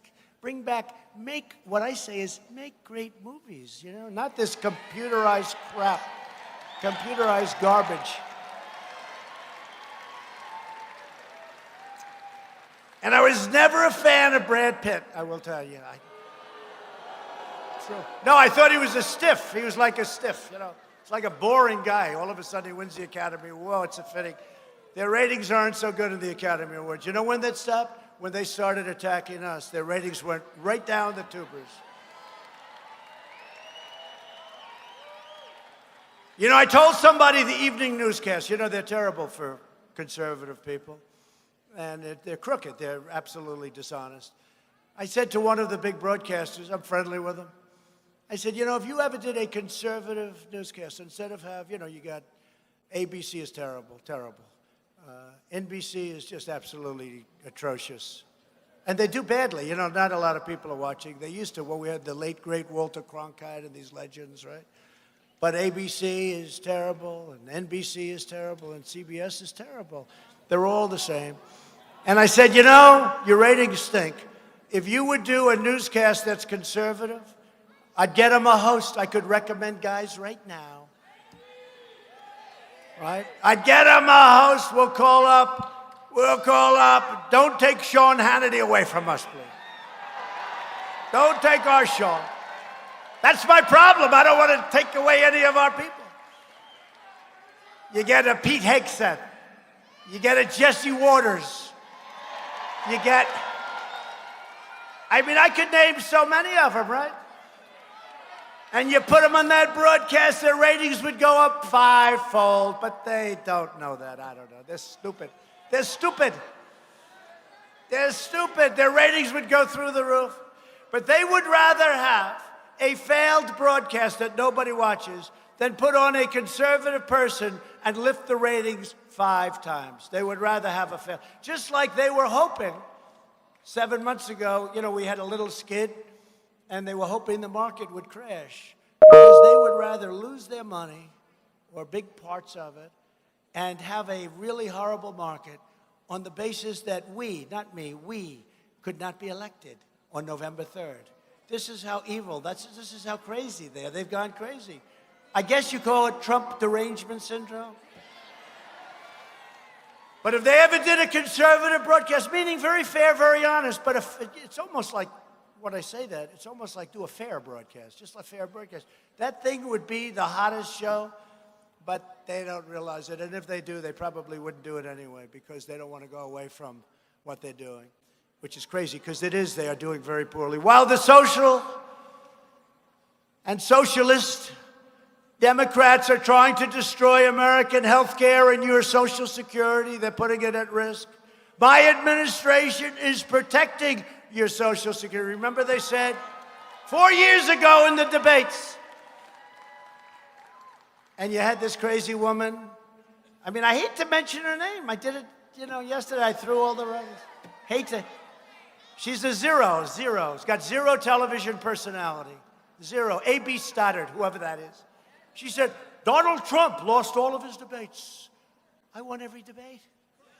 And maybe, I don't know, maybe won somebody, but I won with tremendous number. He said, you always win. No, I'm not sure. We try, I'll tell you that. And we're winning now. But this crazy woman who's got zero going, zero. She said, Donald Trump lost his debates and he won.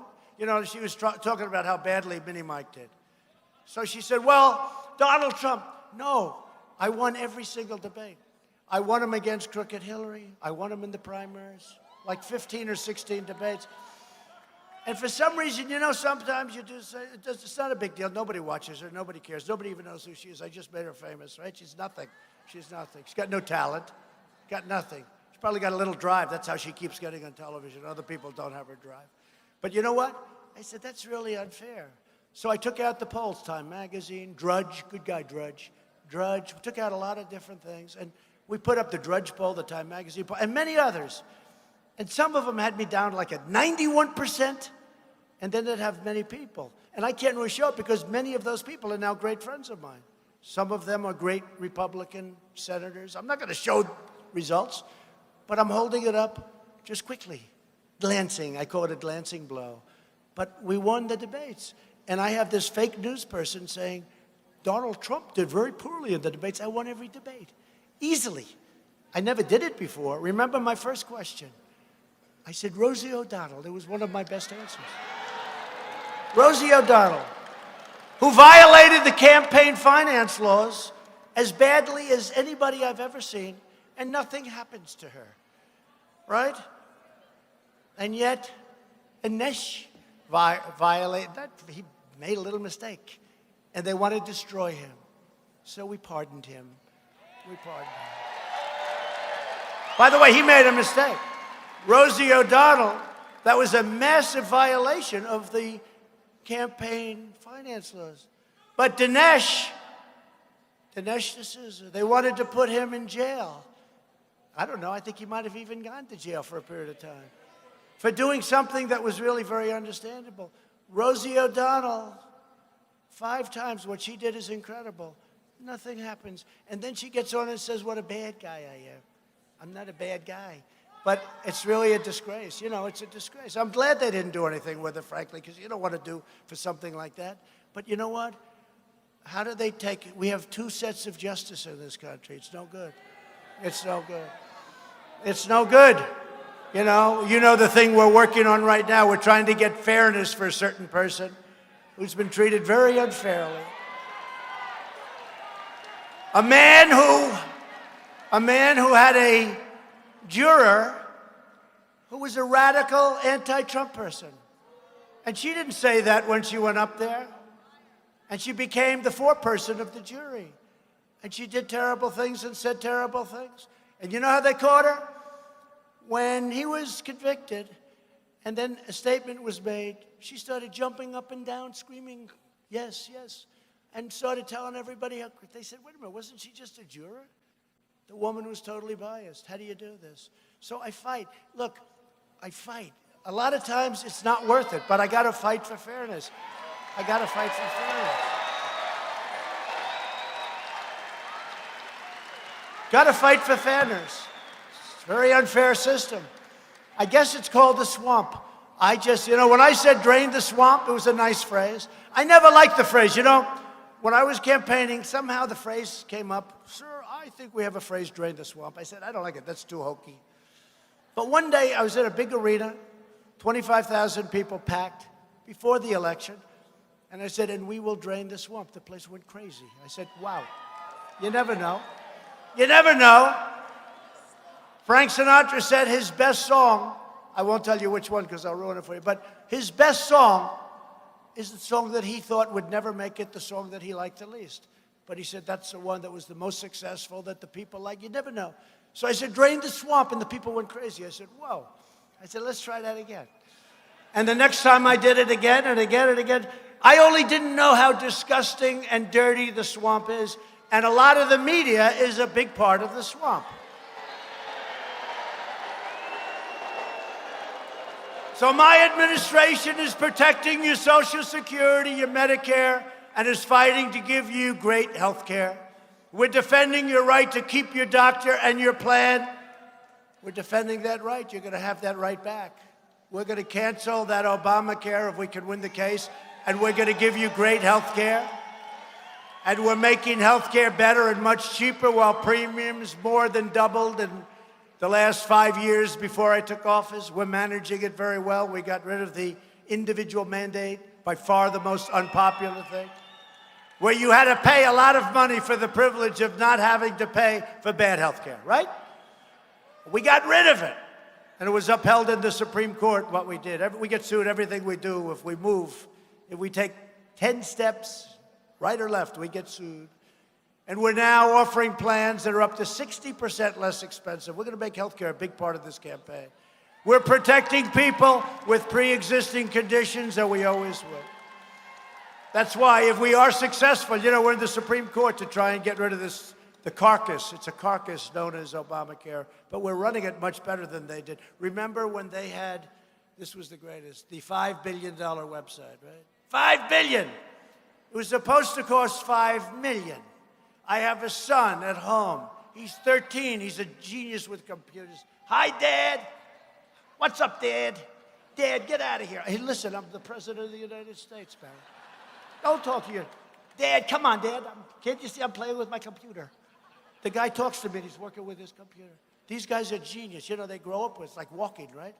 But he's looking at me. I could have given him their health care site. He would have done it for nothing, and it would have been better than what they have there. Remember? Come on, Dad, I'm busy, Dad. What do you want? What do you want, Dad? Barron. Whoa, Barron, whoa. Wow, they're gonna like, he's gonna like that. He likes it. He's a good boy. He's a tall boy, I'll tell you that. Just turned 13. He's up there. I'm saying, hi, Barron, how you doing? No, he's good, but they're great with the computers. And they spent $5 billion. Okay, it was going to cost 50. It was going to cost 5. It was going to cost 50. Then it was going to, what was the final number? 500? The number was so, the number that they spent $5 billion, right? It ended up, it still doesn't work. They spent $5 billion, right? And they spent $500 million on all of the problems it caused. And we've really straightened it out. But it's still lousy health care, Obamacare. And it's really not Obamacare anymore, because when you get rid of the individual mandate, it's no longer Obamacare. But we're going to terminate it. We're going to give you your pre-existing 100%, otherwise I won't do it. We're going to give you brand new pre-existing, and we're going to have a great health care that's much less expensive. And we're fighting to stop surprise medical billing. And Barron's going to be very happy. I signed an executive order imposing price transparency, because when providers are required to show their prices, those same prices fall very fast. You know, a man that does this very professionally is great into the healthcare business. And you have to be careful when you say it, but, you know, it was just a very strong statement. He said, sir, price transparency in hospitals, where you can bid it out and you can look at the prices. Right now you can't see. If you go to a hospital, they won't even tell you how much it's going to cost. They operate, and then they'll give you a bill, and you'll say, oh, my, I had no idea it could be. They take blood. We have one person, blood, $39. Another place, the exact same thing, $2,500. Take blood, a blood test. One's $39, one's $2,500, the same test. Maybe the $39 test is better. Who the hell knows? But it's crazy. Price, transparency. And he looked at me and goes, and he's a real pro, one of the top in the country. He said, sir, and nobody wanted to do it because it's a little bit controversial, and a lot of the drug companies don't exactly love it. The hospitals don't love it. But I got to do what's right for the people. I don't care. I got to do it. But he looked at me, he said, and this is why I did it. It was one phrase. You know, do you ever do where you're not going to do something, then somebody hits you with a perfect phrase? He said, sir, price transparency is bigger than health care. I said, what do you mean by that? He said, you will see numbers that far outweigh health care, hospitals, doctors. He said, you'll be able to price out everything. You'll be able to see costs. He said, price transparency. You know, people, if you've heard about this for 15, 20 years, no president has the guts to do it. And it probably means I won't get campaign contributions from certain people, but I'm not going to get them anyway. What the hell difference does it make? I don't want them. I don't want them. I got to do what's right. You know, we're here for a short period of time. Even if it's a long period, it's still a short period. And we got to do, so price transparency is a big deal. He said it's bigger than health care. Think of that, bigger than health care. So let's see what happens. But that'll kick in, unfortunately, that kicks in after the election, because we're going through the final stages. We're going through a statutory process, unfortunately. So think of it, we're going to win. But let's say the fake news can give me enough phony stories, enough bad stuff that we don't make it. The new president will get all the credit for price transparency, and he won't even know what the hell it is. And I took the heat. Isn't that something? But we're going to win. We got to win for that reason alone. Right? We've approved a record number of affordable new generic drugs, which are just as good as the name brand drugs, but a fraction of the cost. And that was another one. Tremendous political pressure. Think of it. You own Bayer aspirin. You own all these name brand drugs. They're making so much money. And then a guy comes along and said, I want to make 20 forms of aspirin. They're exactly the same. Exactly. But they don't have a big name on it. Exactly as good. I don't say better. I don't say worse. They're exactly the same. You know, people still, they want to go out and buy the name. You know, I do, you know, because it's just because we're stupid. No, it's true. They're exactly the same. We're approving so many of the generic drugs, a record number. Nobody's ever approved so much. The drug companies hate it. They hate it. It's never happened like what we're doing. We also took down the trial periods from 12 years down to 5 or 6 years, because they'd have a new drug. The thing was obsolete by the time it got approved. We've passed a really spectacular thing that they've been trying to get for 40 some odd years, right to try. So you don't have to now go if you get, hopefully nobody in this room has those kind of problems. Right to try. And so now you go and you sign a waiver and you get everything, and it's great. If you're terminally ill, if you're very, very sick, you're not going to make it. And you know why they didn't do it? They wouldn't approve it because they didn't want to be sued. And they said, no, this could be dangerous. They said, the people are terminally ill. They're going to die. Let them use the experimental drugs. Don't wait, because they have another 4 or 5 years before they can come onto the market. And it turned out we are having such unbelievable results. And you know what else? Some of those drug companies are now liking it. They fought me like crazy because it's really showing, if it works there, it's really showing that it works. It's pretty amazing. Right to try. I hope you don't have to use it. We're combating the opioid epidemic. Drug overdose deaths have declined for the first time in nearly 31 years. And I've launched new, and this is really something, brand new initiatives combating kidney disease and combating Alzheimer's disease. We've made a lot of progress. We've made a lot of progress, Sheldon. And we're pursuing new advances in the neonatal research to care for America's youngest patients, our babies, and breaking all records in so doing. All of the radical Democrats in the presidential debates have declared their unlimited support for extreme late-term abortion, ripping babies straight from the mother's womb right up until the very moment of birth. This is why in my State of the Union address, did you like it? Good. That's a different kind of address. You know, we can go lots of different ways, right? Presidential, not presidential. If I was presidential, totally, you'd have about 3 people standing here. But I asked Congress to prohibit late-term abortion of babies because Republicans believe that every child is a sacred gift from God. The Democrat Party is the party of high taxes, high crime, open borders, late-term abortion, socialism, blatant corruption, and the total obliteration of your very, very important Second Amendment. The Republican Party is the party of the American worker, the American family, the American dream, and the late, great Abraham Lincoln, which everybody forgot.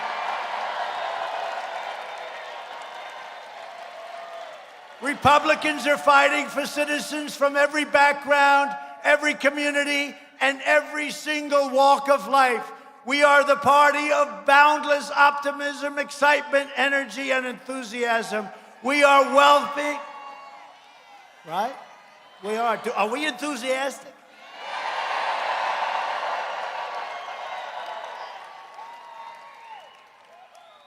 You know how many of these I've done in the last 4 days? People say, where the hell do you get your energy? I say, well, the truth is, I like what I do. And if we weren't getting the results, I wouldn't like it. If we weren't getting the results, if I didn't see the results, I wouldn't like it at all. We're welcoming Americans of all parties and political persuasions to join our incredible movement to make America great again. We're a very big party. We are the party of big ideas for the future. Republicans are fighting for school choice because no parent should ever be forced to send their child to a failing government school. I passed criminal justice reform to give former prisoners a second chance at life. It was never going to happen. We got it done.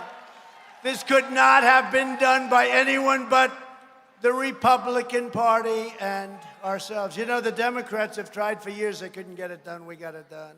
To uphold the rule of law, we are confirmed, and this is something they say most important thing you can do, judges. I say most important thing is defense. Second is judges. A record number of 217 federal judges who will interpret the Constitution as written. And we have appointed 2 great new Supreme Court justices, Neil Gorsuch and Brett Kavanaugh.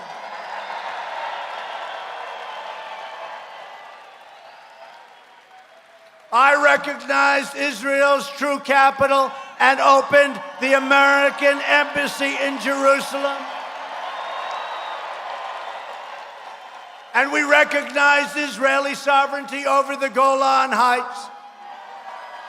We have invested $2.2 trillion to rebuild the United States military, including more than $130 million for Nellis Air Force Base right here.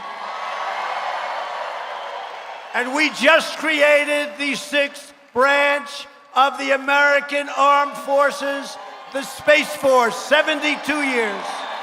72 years. The Air Force was 72 years ago. We just did a branch. It's a big deal, isn't it? Think of it, a branch. The Army, the Air Force, think of it. We did a branch. For years, you watched as your politicians apologized for America. Now you have a president who is standing up for America, and we are standing up for the people of Nevada. At stake in our present battle is the survival of our nation.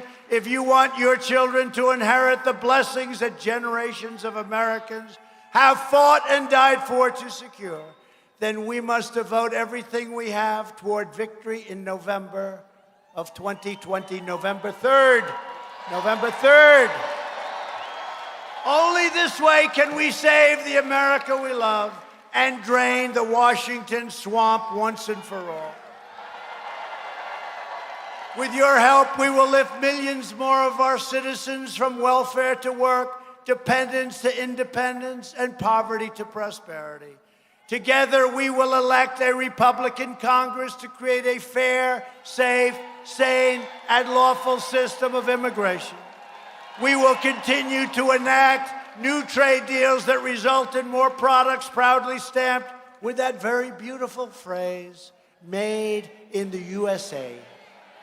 We will achieve new breakthroughs in science and medicine, finding new cures for childhood cancer and ending the AIDS epidemic within 9 years in America.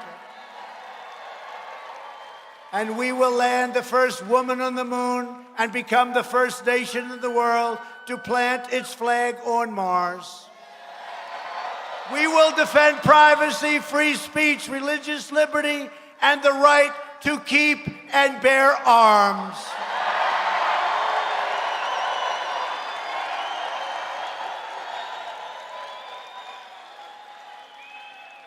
And that is under siege, in case you haven't noticed. You know, your Second Amendment is under siege. Just don't worry. As long as I'm here, they're not touching it.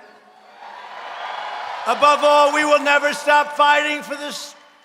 So true. But we will never stop fighting for the sacred values that bind us together as one America.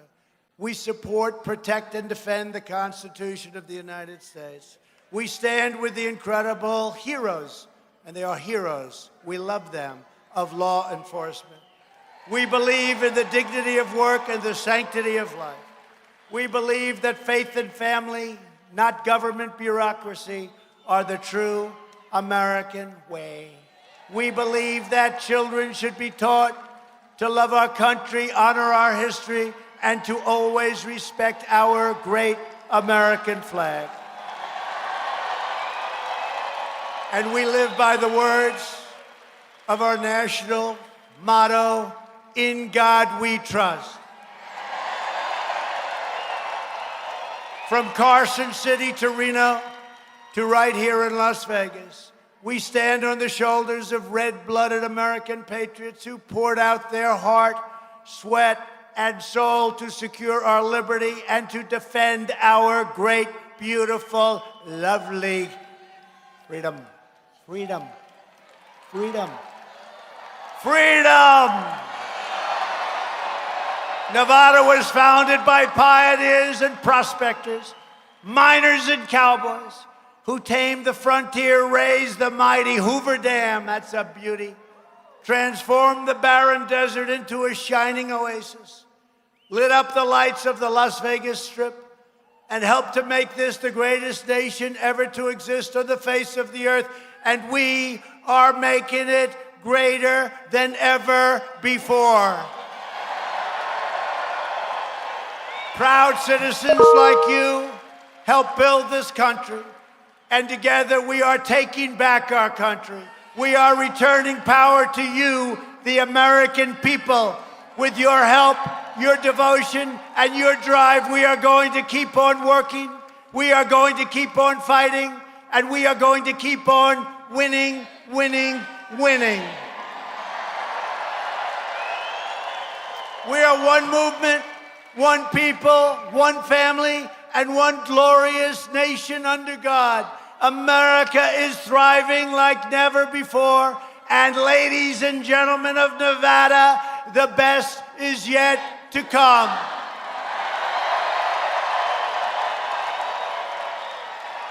Together we will make America wealthy again. We will make America strong again. We will make America proud again. We will make America safe again. And we will make America great again. Thank you very much, everybody.